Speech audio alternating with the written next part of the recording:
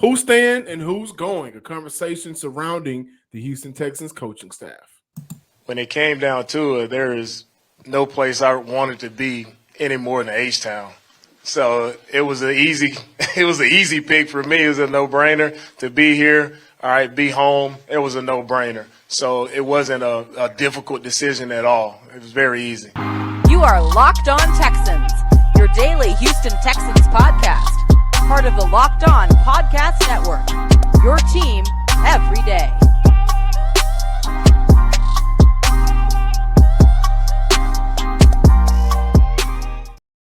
Welcome in, everybody, to a Monday episode of the Locked On Texan podcast, a part of the Locked On Podcast Network. Say it with me, your team every day. Today's episode is brought to you by BetterHelp. BetterHelp is not a crisis line. It's not self-help. It's professional therapy done securely online, available to people worldwide. And they have a special offer right now for our listeners. Get 10% off your first month at betterhelp.com/lockedon. Y'all already know who it is on this Monday. John Hickman, joined by none other than who? Cody Davis. Got to talk coaching staff. Got to look at, will there be any potential improvements from some of the potential hires, and discuss what Houston can possibly be now with the reshaping of this staff. First, the coaches that Houston retained. Special teams coach Frank Ross. Houston has had one of the better special team units in the NFL under Frank Ross, outside of was it a punt or a kick return? Houston has been fairly good on the special team side of the ball. And they also kept strength and conditioning coach Mike Eubanks. The Houston Texans, with the 4-13, with the 3-13-1, they've been one of the healthier teams in the NFL. So that's always a positive to keep your players out on the field. The Houston Texans let go offensive coordinator Pep Hamilton. I know y'all are happy about that. Right? They also let go of offensive line coach George Warhop, tight ends coach Tim Burbernick, assistant D-line coach Keon Jackson, assistant QB coach Ted White, linebackers coach and son of former head coach Lovie Smith and Miles Smith. And they also let go of their nickels coach as well. Got to talk about who Houston brought in officially. The Houston Texans did hire 49ers defensive quality coach Steven Adedoke as the safety coach, but in bigger news, they filled their offensive coordinator position. On Friday, the news dropped that it was possibly an opportunity for Cliff Kingsbury to be the Houston Texans' next OC. And I'm still curious and wondering whether or not they'll bring Kingsbury in just on helping out in a different capacity outside of OC. But the Houston Texans made it official. Bobby Slowik, who was the front man, and I do think majority of the time he was the number one guy, which is why they got the deal done. He is the Houston Texans' official next offensive coordinator for D'Amico Ryans. Well, of course, this is not a surprise to you and I, John. We've been talking about this over the last couple of weeks. We talked to a couple sources, and they told us right after D'Amico Ryans was hired by the Houston Texans that his number one option, his number one choice was to bring Bobby in as this team's offensive coordinator. Now, look, say what you want about Bobby, but at the end of the day, this is a guy who has received a lot of praise and a lot of credit for the success that San Francisco had over this past season. You're talking about a team that averaged 226 yards through the air and averaged, and this is a big one, especially for a team that averaged 17.5 points over the last two seasons. San Francisco averaged 26.5 points over this past season. Of course, as the head coach, as one of, in my opinion, the best offensive-minded coach in the league, Kyle Shanahan, a coach, he receives a lot of the praise and the credit, and rightfully so. But at the end of the day, a lot of people, and according to the sources that you and I talked to, they have gave Bobby a lot of praise for the success that San Francisco had on the offensive side of the ball, especially considering that we all know the story after Jimmy Garoppolo went down. Brock came in and stepped in for, what was it, like 7 to 8 games, and he went 7-1, only lost in the playoff game. But I gotta admit, John, and I know you're gonna look at me crazy like you always do, I am a little bit disappointed that the Texans did not retain Pep Hamilton, not as offensive coordinator, even though I don't think he had a fair opportunity to prove what he's able to do, but at least as the team's quarterback coach. Say what you want about Pep, but at the end of the day, you cannot deny the quarterback talents that he has been able to develop, especially considering the work he did with Andrew Luck and during his one season in Los Angeles with Justin Herbert. And still to this day, Justin Herbert still praised Pep Hamilton for his early success in his career. But at the end of the day, not surprised, because when you bring in a new head coach, they bring in their whole entire new staff. Yeah, and I'm looking at Bobby Slowik like this. You know what? I like the coaching tree you come from, right? I love that. That's a pro. I like that you have a relationship, a working relationship actively with your new head coach, D'Amico Ryans. That's a pro. But I wonder, since he has never called plays, how involved will D'Amico be in that? And I look at the hiring of Matt Burke, who was just hired to be the Houston Texans defensive coordinator, who I don't believe has had a good track record of being a DC during his time in Miami. And I didn't see much improvement from the defensive line under Burke in Arizona. So, you know, when we discussed whether or not Burke was a good hire, my thought process was I still believe D'Amico Ryans will be heavily involved in calling defensive plays. Now, when I look at Bobby Slowik, who I believe he trusts, which is why he's been the number one guy the entire time, I'm still kind of wondering, you know, D'Amico has called plays. I know it may be on the defensive side of the ball, but he's been there. He's been able to call plays. Bobby Slowik has not, and I am kind of concerned about that, but I'm not too concerned to go as far as saying this was a bad hire. This is just a concern of mine. And when I see the Cliff Kingsbury and that possibility, well, at the very least, I know that Cliff Kingsbury has a scheme that has been successful for quarterbacks, maybe not necessarily as a head coach, but as an offensive coordinator. And as a head coach, his quarterbacks have done some phenomenal things under him. When I look at Cliff, with Bobby, 1 year with Bobby, with Brock Purdy, Cinderella story, got hurt against the Eagles, and I do think that the outcome would have been different. Not saying the Eagles would have lost, but I think that the game would have been more competitive. Mm-hmm. But with Bobby, again, I don't know what we should expect compared to Cliff Kingsbury. I do like the hire, but over the weekend I thought about it, and I did think that Cliff Kingsbury was a better option. But your Houston Texans just hired Bobby Slowik to be their next offensive coordinator. An interesting fact about Coach Bobby Slowik: from 2014 to 2016, he worked as an analyst for PFF. And that is something that I think is the biggest pro for Bobby Slowik, because now you take an opportunity to kind of step outside of the game and use the numbers, the analytics, the science of the game to improve this roster. So that could be one of the reasons D'Amico really liked Bobby Slowik coming to Houston. Now, this show is sponsored by BetterHelp. When you're at your best, you can do great things, but sometimes life gets you bogged down, and you may feel overwhelmed, like you're not showing up in the way that you want to. Working with a therapist can help you get closer to the best version of you, because when you feel empowered, you are more prepared to take on everything life has to throw at you. If you're thinking about giving therapy a try, BetterHelp is a great option. It's convenient, it's flexible, it's affordable, and it's entirely online. So if I'm talking to my Houston family and folks, listen, I know y'all hate driving on 59, 45, 288, 610 in the middle of the traffic trying to get to where you got to go. This is why BetterHelp is great. This is why I advocate for BetterHelp, because you can do it from your phone. You can do it from your laptop. You can do it at home. You do not have to hop in traffic. It's securely online. All you got to do is fill out a brief survey questionnaire to get matched with a licensed therapist and switch therapists anytime, no additional charge. So can't beat that. If you want to live a more empowered life, therapy can get you there. Visit BetterHelp.com/lockedon today to get 10% off your first month. That's BetterHelp, HELP.com/lockedon today. Welcome back in, Locked On Texans listeners.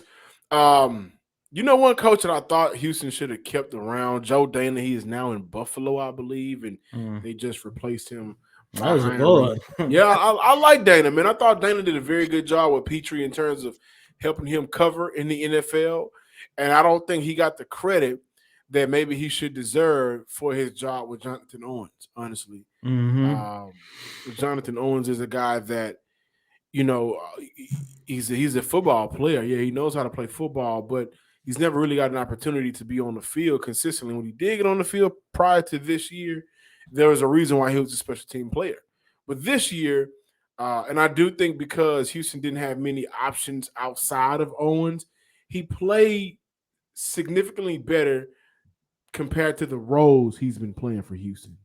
And I do think Joe Dana helped him out with that, but Houston did hire 49ers defensive quality coach Steven Adoke. I hope I'm saying that right. Forgive me if I'm not, as their next safety coach. Now, Aaron Wilson is reporting the Texans are likely to hire Browns defensive line coach Chris Kiffin and Colts offensive line coach Chris Strouser. I like Chris Kiffin, honestly, the potential hire of that simply because of what he's been able to do in terms of development, not necessarily with the Browns, and I'll tell you why, but he was a pass rush specialist coach in San Fran with D'Amico during the 2018-2019 season. From year one, improvement in sacks going from 37 to 48, joined the Browns in 2020 and helped that run defense finish 9th in the league after finishing 30th the previous season. Guys, I think we should all rejoice, right? Like they went 9th under him after going 30th the year before without him. And why is that a good thing? Simply because here in Houston, can't stop a nosebleed when it comes to stopping the run. And so that's a positive. That's a pro. He also helped Myles Garrett earn first team All-Pro. Working with him during that time. Now I did have opportunity to hit up my boy, Locked On Browns, my man Jeff. And what he told me was he is well respected across the league, but his time with the Browns really wasn't as special as it may have been with the 49ers. There's not one young defensive lineman that the Browns brought in the past 3 drafts that drastically improved during his tenure. Now, that is one of those cons simply because you ask yourself, yeah, they did good with Myles Garrett. Yeah, they got over former number 1 overall pick in Jadeveon Clowney, who had 9 sacks when he played with Myles Garrett and coached by Coach Kiffin. And a couple of guys did, some good things. But none of those guys were either young guys or none of those guys were later round picks. So the talent had always been there. And I think when you look at Houston, I've talked about expectations for Thomas Booker, expectations kind of for Kurt Hennish, expectations for this defensive line unit that needs to improve. And under the Browns, there hasn't been any real improvement from year to year that, a young guy kind of skyrocketing, his trajectory continued to grow simply because of coaching and development. That is a con. But I go back to his time in San Fran, guys, and I think that we will see a different type of defensive line if that hire goes down. And again, he did improve that run defense as well. Also, Chris Strouser, Colts offensive line coach, in 3 out of the 4 seasons under Strouser, the Colts have allowed the 4th fewest sacks in the NFL. And I know they weren't necessarily good this year as a unit. The 2022 Colts weren't really able to get a consistent starting 5 offensive line until November due to injuries. By the 11-6 game versus the Patriots, the Colts had already allowed 33 out of the 60 sacks on the season. Injuries, rotating, guys were in and out due to whatever reasons. Once they were able to get some type of consistency, then you saw them protect their quarterback better, going from 33 to 27, and they were able to run the ball a little bit better as well. So I thought George Warhart was a guy that should have potentially been kept around, honestly. Titus Howard last year, Cody had a good year. Larry Tunsil had a good year. The rookie, Kenyon Green, had some ups and downs, mainly downs, but whenever he was out there, he had some good moments. I thought that Warhart was a guy that you probably want to allow him the opportunity to see it through. But now we have the potential looks at Chris Strauser, Chris Kiffin. I'm excited about Kiffin. I'm not gonna lie to you, because when you take a look at what he was able to do in Cleveland, I mean, yes, he had Myles Garrett, yes, he had Jadeveon Clowney, but you also got to keep in mind when he got Clowney at that point was what, on the back half of his career. He wasn't a Jadeveon Clowney that we all loved here in the city of Houston. Went to Seattle, had a subpar year in Seattle, but he really Actually was bad. Yeah, I didn't want to say terrible because that's one of my all-time favorite Texans. But we got to keep it real. It was terrible, but he had an opportunity to revise his career when he went up there to Cleveland and got with Clifton. With that being said, John, I am really excited because when I take a look at this defensive line unit, a couple weeks ago, you mentioned how you was excited about DeMeco Ryans just by being a DC, a developmental coach. And I see that in Clifton only because there is potential on this defensive line. More so with our guy, John Grenard. Now, I know a lot of what John Grenard has been dealing with over the last couple of seasons has mainly been due to his health. However, we talked about several young players who have showcased the potential to be something special, but at the same time, due to the inabilities of the past coaching staff, they really couldn't come close to that level that we were expecting. However, I truly do believe that Grenard, of course, if he can stay healthy, can really take a leap forward with this new defensive line coach. And of course, you have to take a look at guys like Roy Lopez, Thomas Booker, as you just mentioned. But I do believe that if you bring in a coach who has a track record of developing some really good talent, or at least helping the talent get back to where it was, i.e. Jadeveon Clowney, once again, I'm excited to see what that's going to do with a guy like John Grenard, who is, look, his first 2-3 years in the league, it's been solid, but it could be 10 times better. And then you also got to take into consideration, you also have a defensive-minded head coach that's going to make you 10 times better as well. So overall, John,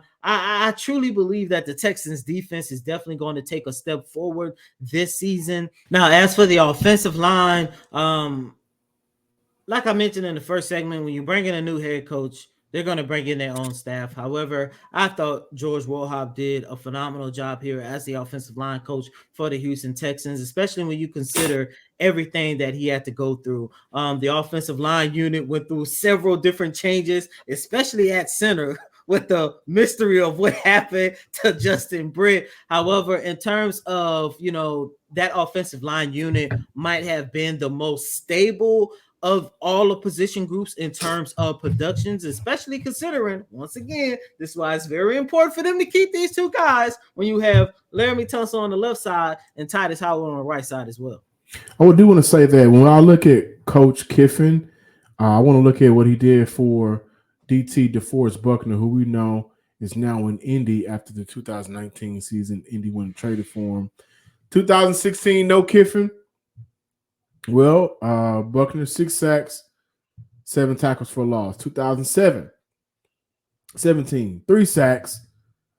We also look at 5 tackles for a loss. Under Kiffin, his first year, 12 sacks, 17 tackles for a loss.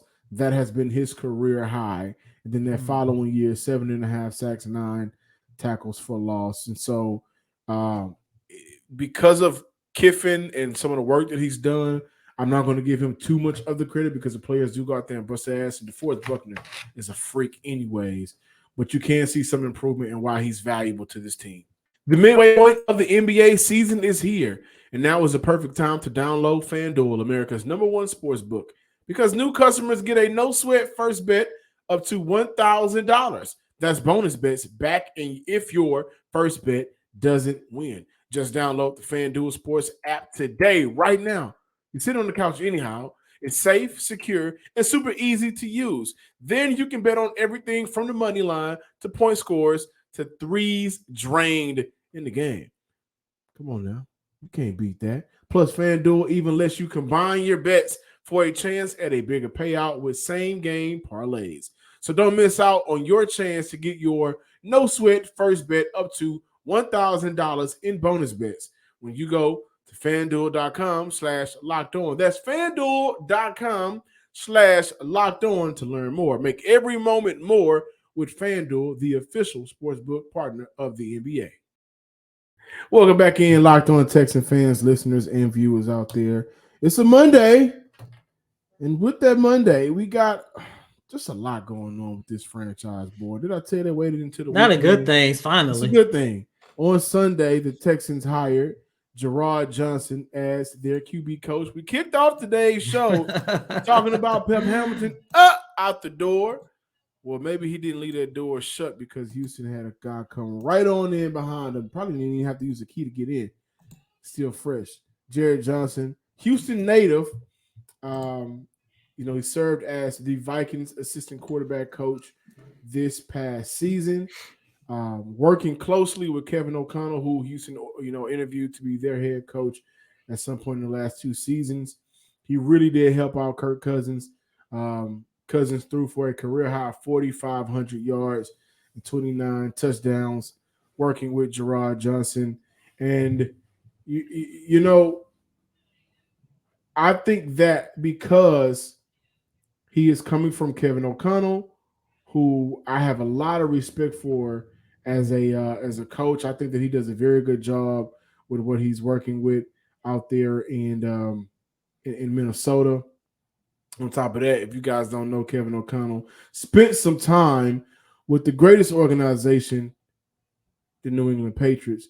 But he was also in San Francisco, went over to Washington with the quarterback coach. And so spent some time with Washington as a quarterback coach and passing game coordinator, offensive coordinator for the Washington Redskins back in 2019 when I look at Kevin O'Connell. So he's been around the league and he's been establishing himself before he's a head coach. So I think that Gerard Johnson, who was under a former quarterback coach, learned a lot, which helped Kirk Cousins. I think so. Listen, I like this move because you are getting a quarterback coach who has played in some modern football, coached some modern football, and I think that's a good thing. Once again, you know me, John, I'm always connecting dots.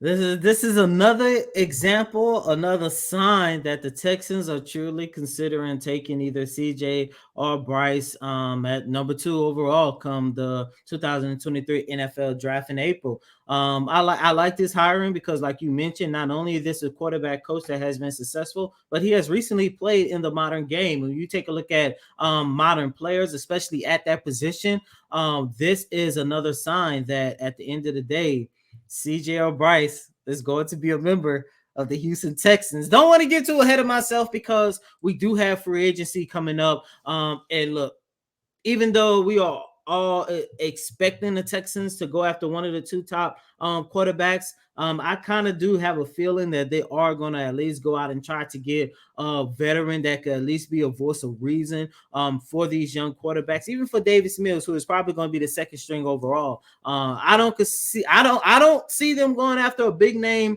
quarterback free agent like a Jimmy Garoppolo. There are talks that my boy out in Baltimore, if they can't come to an extension, he might be on the move, and you say now? Like I mentioned a couple weeks ago, there's only 3 ways the Texans should go with their quarterback. Worst case scenario, you got to stick with Davis Mills. Most realistic scenario, you're going to have Bryce Young or CJ as your, starting quarterback. But if the price is right, you got the money. And there's already a top 10, in my eyes, top 5 quarterback on the market. You might want to take that gamble, that roll on Lamar Jackson. But that's only a thought. We probably get into that later on in the week. But at the end of the day, regardless of what way the Houston Texans go for their quarterback, their starting quarterback for this upcoming season, the play at that position is going to be better just off of this hire alone. I think so, and I think that this is Houston really investing in themselves by making sure that we take care of whoever we have in our locker room right now and whoever we will bring in our locker room in the quarterback position by making sure that they have somebody that we believe as an organization can improve them in every step of the way. And I think when you invest in yourself like that, then eventually you'll see returns on it. This was a good hire. Moving on from Pep Hamilton, I think was smart. As a quarterback coach, which would have liked to see him around, I wasn't opposed to it. However, a bunch of new guys coming into an organization, and you got a guy here that wasn't good at his job before sticking around, that could bring some negativity. And as we know, that DeMeco Ryans is not about any of that negativity. So, Gerard Johnson, your next quarterback coach for the Houston Texans. Bobby Slowik, your official OC for the Houston Texans. Matt Burke, your official defensive coordinator for the Houston Texans. Changes have been made. Man. He's putting together a staff. Some changes have been made. Hopefully, within the next 24 to 48 hours, we will hear the official hirings of Chris Kiffin and Chris Strouser to make sure that those trenches on both sides of the ball is improved. All we got to do now is just wait to see how they attack free agency and the draft. And by the time August rolls around, really when we start in July, when training camps get popping and ready, we should have a different version of your Houston Texans. I'm John, Sports Guy Hickman. Follow me on Twitter at John_Hickman12. Make sure you take those same fingers on Twitter. Type in Locked On Texans. Hit the follow button on that. Now, go ahead and scroll over to YouTube. Take them thumbs, type it in. Locked On Texans. Subscribe, like, and above all, comment. We want to hear from you. We may have to switch it up this week and do some midweek comments. We hadn't had an opportunity to do so in a while. So let's hear from our listeners, man. And as always, I'm your host, Cody M. Davis. Please remember to follow me on Twitter at CodyDavis_24. Once again, that's Cody COTYDAVIS_24. Until next time, ladies and gentlemen, peace.